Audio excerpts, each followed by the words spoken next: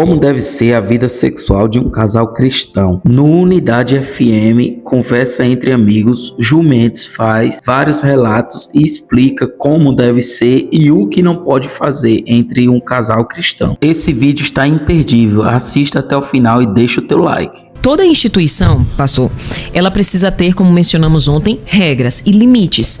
Uma liberdade sem limitação, ela é um pretexto para a libertinagem. E o apóstolo Paulo perfeitamente vai dizer que Deus nos chamou para a liberdade e não para a libertinagem. Dentro do relacionamento, existem pessoas que elas têm uma ideia de que dentro de 4 paredes, se você for casado, tudo é liberado, tudo é permitido, desde que os dois estejam de acordo. E não é bem assim. Nós precisamos considerar quais são as limitações e porquê dessas limitações.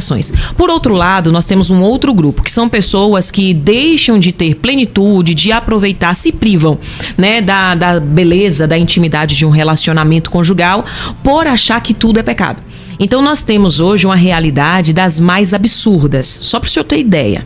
Um caso recente, não é de 1900 e bolinha não, um caso recente de uma moça, uma mulher casada, não era idosa, era uma mulher madura, foi num ginecologista fazer um exame de rotina.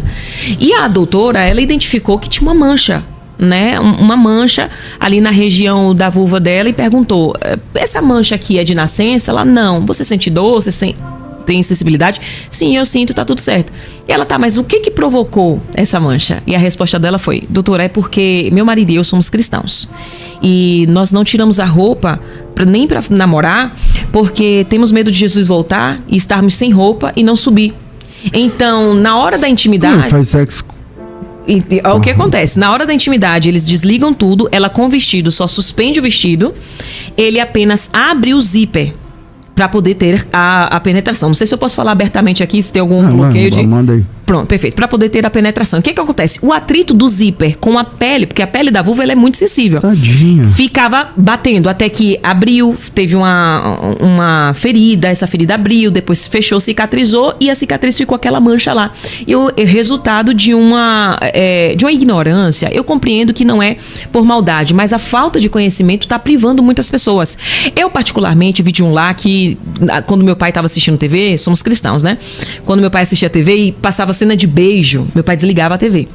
Ou então, fecha os olhos para não ver o casal beijando. A palavra sexo não podia falar lá dentro de casa, nem para se tratar do gênero de alguém. Então, isso já constrói uma certa limitação de informação. Destino fechadão. Então, era assim. Agora eles estão mais tranquilos, acho que já se acostumaram com o meu jeito também, então cederam. Fala, essa aí não deu muito certo, não. Tentei bloquear, mas não deu muito certo, não. E ali, e essa limitação, esse excesso de zelo, e tem pessoas que acreditam que ter zelo com a informação para não informar, não contar, não conversar sobre, é proteger de pecar. Isso é muito comum, né, nas famílias. Demais. Por exemplo, pais que estão ouvindo a gente agora, mães que estão ouvindo a gente agora, não, é que é proibido falar desse assunto. Só que achando que isso é uma proteção. Não é, né, Ju? Não é uma proteção, porque você não protege um adolescente, um jovem, omitindo as informações para ele. Você protege entregando o máximo de informações que você puder. A palavra de Deus, que é a nossa bússola, é o livro que determina a nossa regra, fé, enfim, ela fala sobre sexualidade. Então, isso precisa ser tratado porque nós estamos na geração, que é a geração da informação. Com a geração da informação, nós temos agora um novo problema, que é a desinformação. São informações que não condizem com os nossos princípios, valores e, de fato, aquilo que é saudável para a intimidade de um casal. E esse excesso de informação vai trazer ali algumas ideias que não, como cristão, não deveríamos seguir ou até mesmo bloquear. Tem uma pastora que ela faz vários vídeos, ela é engraçadinha, é uma senhora que vai no inferno mais do que o próprio diabo. Ela faz... A Nadir. Pois bem, então ela fala assim que vai no inferno e viu pessoas que gemiam no inferno. Tu quer gemer, terra seca, geme até os infernos? Tu quer gritar na hora da tua intimidade? Quem tá te matando? Glória a Deus. Eu falei uma coisa que Deus me disse. Gritar, grita. Quer escandalizar na cama, escandaliza. Quer posições? Começando em cima do guarda-roupa, se embolando por debaixo da cama, atravessando a janela e caindo no jardim? Faça! Quem tá te matando? Mas tu vai se embolar até o inferno. Viu? Cobras rebeldes, cheias de veneno, língua bifurcada, terra seca. Deus está falando de uivos que faziam mais do que papai e mamãe. Isso é uma desinformação. Porque quem ouve e acredita e leva em consideração por causa da chancela do título, acaba trazendo alguns bloqueios para o relacionamento e gerando outro tipo de problema. Porque agora eu sou santa, não posso fazer isso, não posso fazer aquilo, mas tá aí, como que tá meu cônjuge com relação a tudo isso? E acaba deixando, por meio dessas privações, entrar pornografia, sexualidade de forma imoral, que não deveria existir, porque biblicamente nosso leito precisa ser sem mácula. Fiquei sem saber o que falar para uma irmã que me falou que seu marido... que me falou que seu marido que vai com ela para a igreja não gosta de fazer sexo. Às vezes ele a procura no período de 2 meses, e isso quando ele vai e quando ela vai falar. Aí ele acaba trazendo tudo para ela. Eu não entendi direito, mas falta de sexo. O marido não quer saber de vida sexual. Vem essas demandas para você? É comum? Agora mais do que gostaríamos. Porque qual é a ideia que se constrói? Homem gosta de sexo. É a primeira ideia. Então a mulher se casa acreditando que o marido vai pensar muito em sexualidade, que ela tem que ter muita disposição. Mas aí entramos numa realidade não incomum de muitos lares em que a mulher tem mais disposição para a sexualidade do que o homem. Isso não é saudável, porque nós estamos falando de um corpo diferente. No corpo do homem tem cerca de 40 vezes mais testosterona do que no corpo da mulher, que é o hormônio da sexualidade. Logo, normal seria que o homem desejasse mais do que a mulher. Porém, nós estamos lidando com cenários de que a mulher procura, de que a mulher vai atrás e o marido está devagar. O que eu faço com isso? Eu vou dar uma solução muito prática. A primeira coisa, precisa ver como está a saúde desse rapaz. Que o homem não costuma cuidar da saúde, fazer exames, ir no médico, saber como... Mulher vai, ela já tem a sua rotina. Homem nem tanto. Homem só vai ali nos 40 anos porque tem a obrigatoriedade e por muito pesar. Mas, em geral, não tem esse hábito, né, de consultar como é que estão as suas taxas hormonais. Outro ponto que a gente precisa levar em consideração é que nem tudo é espiritual. E, normalmente, um casal cristão, ele espiritualiza, inclusive, a vida sexual. Nós precisamos levar em consideração que nós ainda não somos um ser glorificado. Nós temos corpo, esse corpo tem hormônios, esse corpo tem saúde ou não, e ele precisa ser cuidado para ter mais disposição. O que eu faria sendo ela? Eu iria primeiro marcar alguns exames para saber como estão as taxas hormonais do marido, porque certamente esse homem está com desequilíbrio hormonal e ele precisa fazer uma reposição. Problemas como esse, você não precisa de jejum de 7 dias, de uma semana, de um mês. Talvez uma reposição hormonal já resolve o problema dele, ele vai ter mais disposição. Você recebe muito tipo de perguntas, assim, ou situações, ou casos, algum que você queira tratar aqui, compartilhar e falar, aconteceu assim e tal. Não quero só também ficar com a pergunta, eu queria também explorar um pouco do seu conhecimento. Perfeito.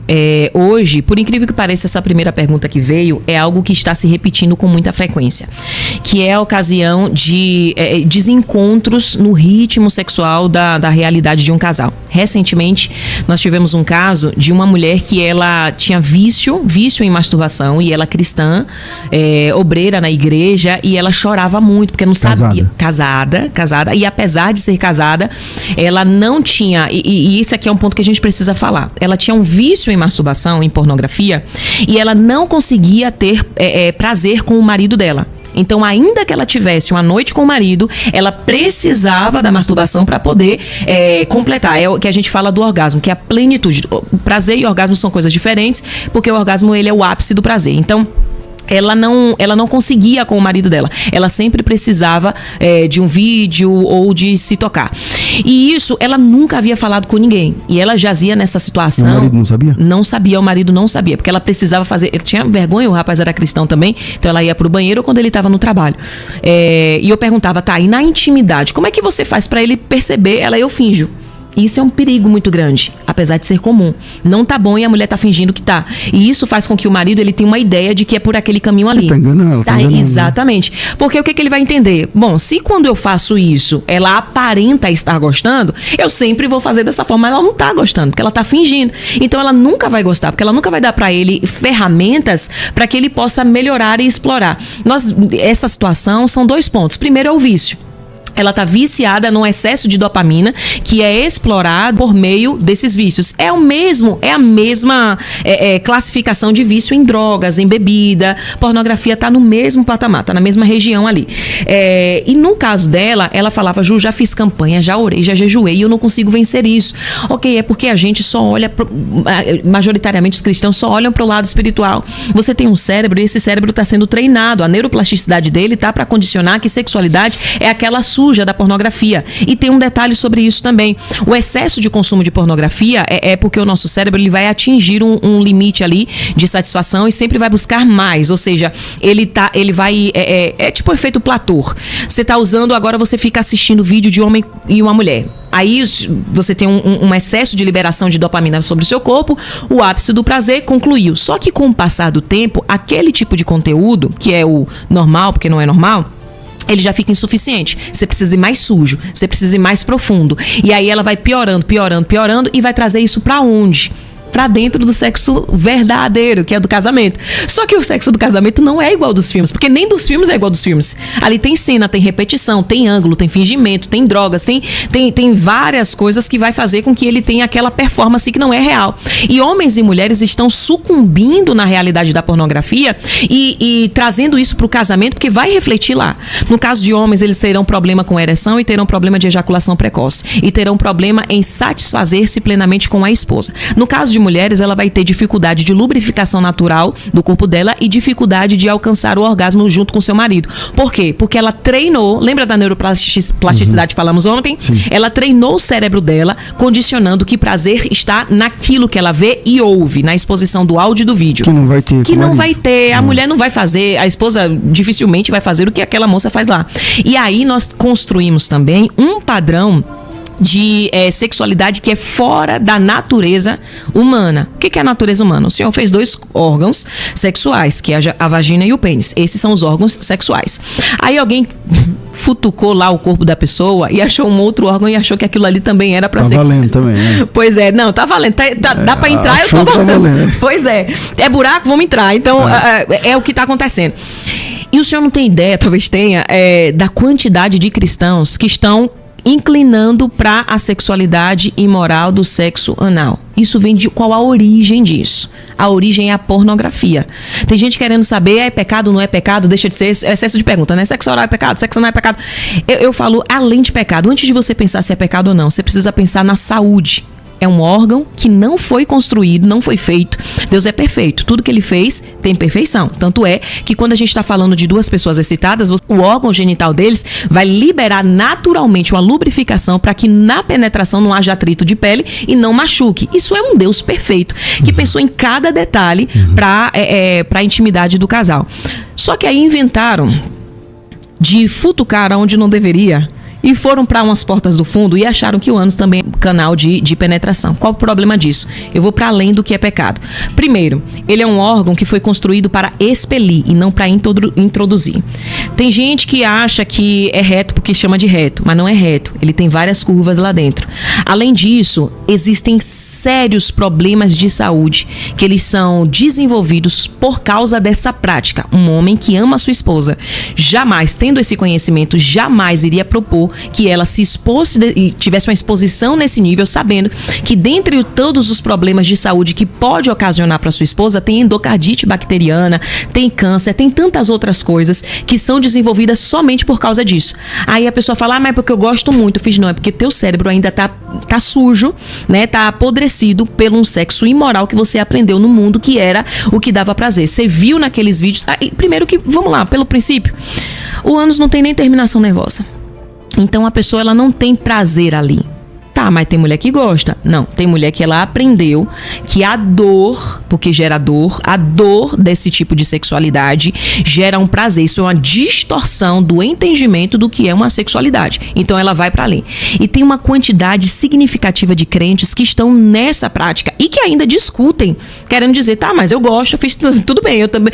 Se for gostar por gostar, todo mundo gosta de algum tipo de pecado. Se não fosse assim, ninguém iria pecar, né? Não é só porque sim, mas eu gosto, meu marido também gosta, então tá tudo certo. certo. Fiz ok, então eu gosto, todo mundo gosta, vamos usar drogas pra quem gosta, tá tudo certo também. Vamos xingar, tá tudo certo. Vamos roubar, só é você gostar que tá tudo certo. Eu acho que a frase do faça o que te faz feliz foi Satanás que criou, jogou aí e pegou pra muita gente. Então, dentro do casamento, isso, por exemplo, é uma limitação que tem sido um grande desafio pra gente poder desconstruir hoje em dia.